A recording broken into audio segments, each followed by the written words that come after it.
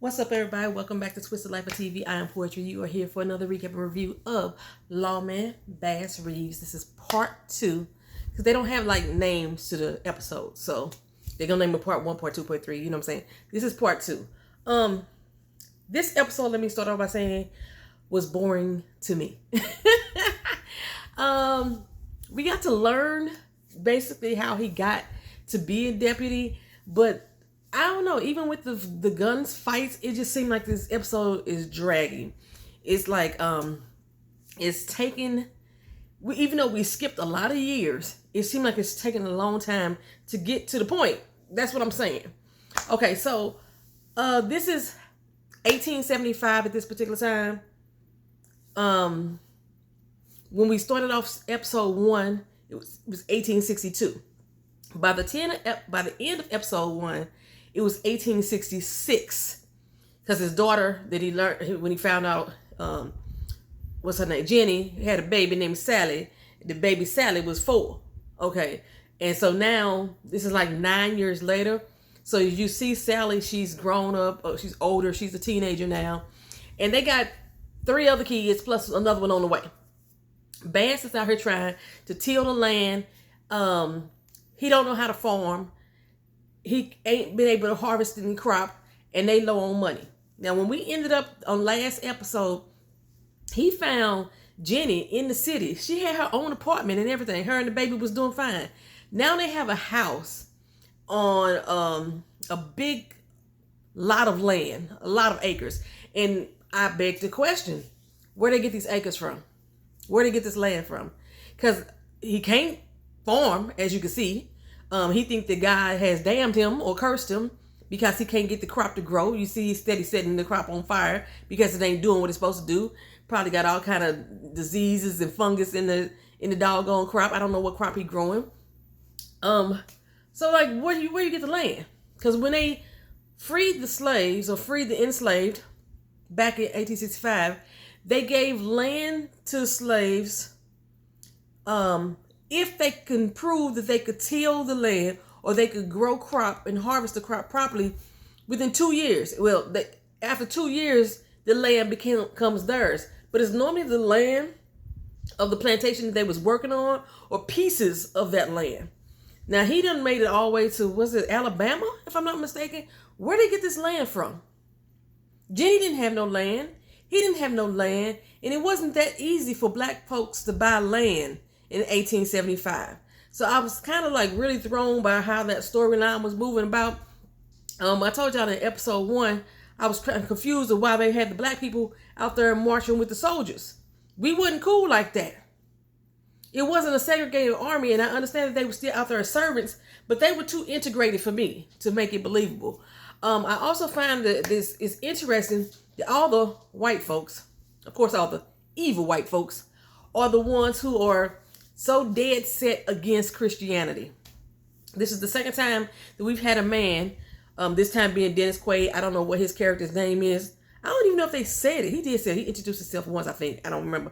Anyway, Dennis Quaid character, and his owner, his slaver, from the first episode, both of them was like dead set on Christianity, even though Christianity is what they pushed onto the slaves to try to learn and try to take on as a belief system, a faith system. These two men have been like really dog walking them for the most part and saying, why the fuck you believe in this higher power when he didn't do shit for you? He kept you in chains half of your goddamn life. Why you got so much faith? A faith that was pushed onto you, a religion that was pushed onto you. Him and Jenny seem to have this unwavering hold onto Christianity, which we see a lot of black people still currently do. My great grandmother used to say, don't believe the man, believe the word. But how can you believe the word that came from the mouth of your slaver? Is basically what these evil white folks are pressing on them. I'm quite sure we're going to run into some good white folks throughout this season, and these good white folks are going to be diehard Christians. You know, they got the faith. They walking with the Lord. But the evil ones, nah. which is actually so contradictory to what we see in modern society. A lot of people who have this evil tendency, who have like a deep hatred or deep seated hatred against peoples of any race, culture, sex, religion, you know what I'm saying, are very religious folks. Deeply religious folks. Look at our new Speaker of the House. He preaching some type of religion every time you turn around. Something, he's dropping a verse or a line from the word every time you turn around to justify shit that don't got nothing to do with the word. But okay. Anywho, so that's another reason that kind of like threw me off on this episode. But anyway, Bass is opening up the episode looking like one of the Whispers, child. Got the full mustache going on, looking just like one of the Whispers. You know the twins that sing, if we just say yes, I'll do my best. Yes, the Whispers. Y'all know who I'm talking about. Anyway, that's who Bass looking like right now. I heard trying to till this land to get these crops growing. And like I said, he's failing at it. Now, Jenny, she pregnant. Like I said, she full belly. They already got 4 other kids, 3 girls and a boy already. So it's going to be baby number 5. He just don't know how he going to make ends meet since he ain't able to get this land together like he wants to. Now, he said he ain't going to give up. He going to keep trying and do his best. He going to become a farmer. It also takes me back to ask, what the hell did you do while you were enslaved? You didn't work the farm, you didn't till the land, I don't know what the fuck his slave did. Like I said, the only other slave we saw on the damn property was Jenny. What did y'all do? Did y'all harvest any type of crop? Did y'all do any type of blacksmithing? Did y'all do any type of skills? Like, what is it, welding? What exactly did you do as an enslaved person, Bass? I'm curious. Because when we saw you in 1862, you was just riding out, basically cooking for the doggone, he cook. I guess that's what it was. He can cook. Because that's all he was doing, was out there riding, being a butler for his slaver until they put a gun in his hand. So, anywho, somehow along the way, Bass has got this reputation of being somebody that know how to shoot real well. We don't know where that reputation came from, because the last time we saw Bass, he was down on the ground crying because he had just got in the midst of a battle between the Confederate and the Union. Yeah, just got to the middle of a battle. He was down on the ground crying because his little dude got shot. Right. So, how did he get this reputation to be like a great shot? We don't understand. Now, the deputy, who's being played by Dennis Quaid, like I said, I don't remember what his name was. I don't remember him saying it anyway. But he rolled up and he said he's out there to offer him an opportunity. He had this Choctaw guy that he had to go after. And basically he needed somebody that speaks Choctaw, which was Bass. And then he said also, we heard you one hell of a one shot. You're good with the gun. Where you heard that from? But anywho, so Bass was like, that's not my stilo. I'm a farmer. I appreciate the opportunity. Where does that come from? I appreciate the opportunity, but I'm gonna go and let that ride, and you go head on. Have a good day. Now, he go back in and tell Jenny what the hell happened, and Jenny like, oh, you finna go take that job? You ain't got nothing else to do. He said, but I'm a farmer. She said, no, you're not. She said, you just shooter. We already know. He said, you ain't seen me shoot nothing but some wild game and a wild buck here or there. And she said, yeah, but you do it with one shot. You good. Go ahead and take this job. No, he didn't want to handle a gun. But she like, it's just a tool. It's a tool you use to get things done. Go ahead out there and do that. I forgot how much he said he was going to get paid, but it wasn't going to be much of nothing. For real. Just really much of nothing. But he went out with Dennis Quaid, took the job like Jenny wanted him to do. He go out there, they roll up on this little wagon, right? The wagon got, it was like a faith wagon, a traveling church basically in a wagon. And it looks like whoever the minister or the man of cloth was inside shot the hell up. They rolled up on him and Bass saw him first, and he told him to run. Right. Soon he told Bass to run. You heard bullets flying from everywhere, and so him and Dennis get out there. They hide behind the wagon. They start shooting, pow, pow, ping, ping, boom, boom, boom. And Dennis ended up killing the dude. Fell off the house, go down, boom. Right? He fell off the horse. Dennis went there and stole whatever monies and jewelries and fares he had on him. And Bass sitting there shaking his head like, this motherfucker here, he ain't shit. But I'm going to keep my head down. We're going to keep pushing because I need to get this money because Jenny done made all these goddamn promises. Jenny done told me I had to take this fucking job.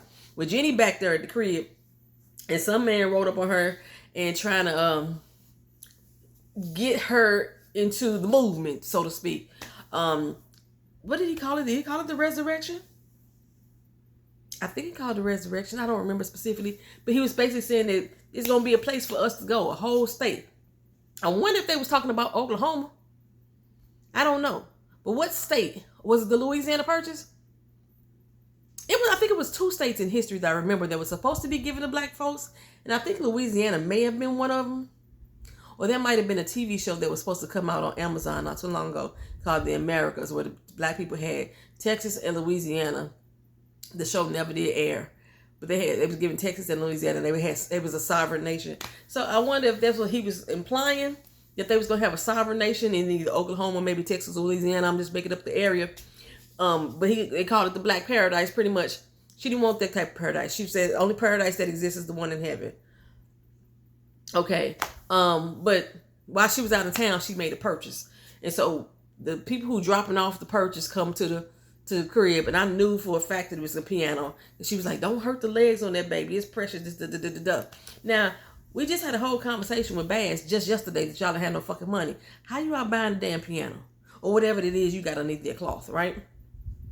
Well, in the meantime, the little boy, that was baby Randall that used to be on This Is Us. Yeah, he out here smiling all up on us Sally. And Sally smiling back, and mama catch him like, little boy, mind your business. Go on, little girl, take your butt in the house, right? Well, little Randall, he was feeling himself a little later. He decided to come on back and introduce himself to Sally proper. Brought a book for her to read. And mama like, that ain't finna happen. Okay. Now, sometime in the middle of the night, we did learn it was a piano. I forgot what she said the whole purpose of the piano was, whatever. I didn't care. That's what I'm saying. This episode was boring to me. I didn't care about what the fuck was going on with that piano. It became significant a little bit later down the road, but the whole little story, she was trying to teach Sally the whole little lesson. I didn't give a damn about that lesson at all, y'all, so I really didn't pay attention. Matter of fact, I kind of zoned out, and I got on Instagram for a little bit, to tell you the truth. So, anywho, she was home alone, and all of a sudden she heard a noise, and she go out to investigate. Now, in the meantime, while she's out there investigating, Bass and Deputy Quaid done ran up on the person that they was looking for. He holding out in the house. It's a gunfight going on. Pow, pow, pow, pow, pow. Bass and Quaid. They ain't doing all that pop, pop, pop because they got rifles. Poosh. Poosh. Poosh. They doing all that, right? And I don't know what type of gun. No, the one I had in the doggone cabin, because he was like, poosh, poosh, poosh, poosh, poosh. I don't think he was reloading. He was just popping them out. Poosh, poosh, poosh, poosh, poosh. He's shooting back and forth. Quaid got popped in the arm, right? Well, Bass said, I'm going to go around the back. You take the front, cover me while I'm back here. So he go back to the back. He's speaking to him in Choctaw, and he negotiate a surrender, so to speak, right? Well, while he negotiate a surrender, Quaid come up on the other side with a Molly, Molotov, and he light the little thing and throw it in the window, and throws it in the window, and somehow the entire house goes up in flame inside, because the Molotovs have alcohol in it, so the alcohol spreads and the fire spreads. Okay, and he somehow gets caught on fire. Now Bass is like, what the hell you doing? Bass kicking in the house and try to save the man, right? He runs out through the fire, to the limit, to the wall. For the chance to be with you, I'd rather risk it all. I don't don't even know if that's the words. But anywho, y'all know Shaka Khan. So he run out through the fire, and Bass is like, oh my God, what happened? What did you do? What did you do? Well, Quaid has already proven that he don't like the Indian people. He talk about the Indian people being savages, being this, being thieves, being liars. Sounding just like Trump right about now. But this is the same shit that they said about the black folks too. But I don't know why he's trying to invoke some sympathy or some empathy through, or some apathy. He's trying to invoke some feelings through Bass to see like he connected. I'm here with you. They ain't nothing but savages. This is why we hunt them down like this. So he had no intentions of letting that man live, right? He was going to kill him dead. And then so Bass is like, this man is on fire. He ain't stopped, dropping, and rolling. He just come out screaming, right? Bass like, I need to take him out of his damn misery. And Quaid tell him, don't do that. Don't waste no bullet. He ain't even worth the bullet. You know how old girl said in What's Love Got to Do with it? You ain't even worth the bullet. That's what he tell him. But Bass say, you know what? He worth this bullet. I'm going to go ahead and give him his bullet. He just gave the man his word that he was going to let him go free, because he had already negotiated a surrender with him. And then Quaid going to take it into his hands to set the man on fire. So he light a bullet in his ass. Pow. A mercy kill. That's pretty much what it was, right? And, laid at his feet. Now, earlier we saw Bass, with the preacher man, he prayed on him when they buried him and everything. But Quaid wasn't finna let him bury this engine. He wasn't finna let him bury him. But, he probably said a few kind words in his heart and, asked God to let him into the pearly gates. That's probably what he asked him to do. Now, back home, like I said, you hear Jenny out there. She heard something out there in the yard. And she go out there to investigate. She full-blooded pregnant, got her shotgun and everything. She take it on out there. And she see 3 wild dogs or 3 wolves feasting on one of the deers. They ain't got much money. Anyway, they need that deer for their own food. And so she fired one into the sky and scared the wolves off. And then she goes over, lays hand on the deer. She prays on them like she in Avatar.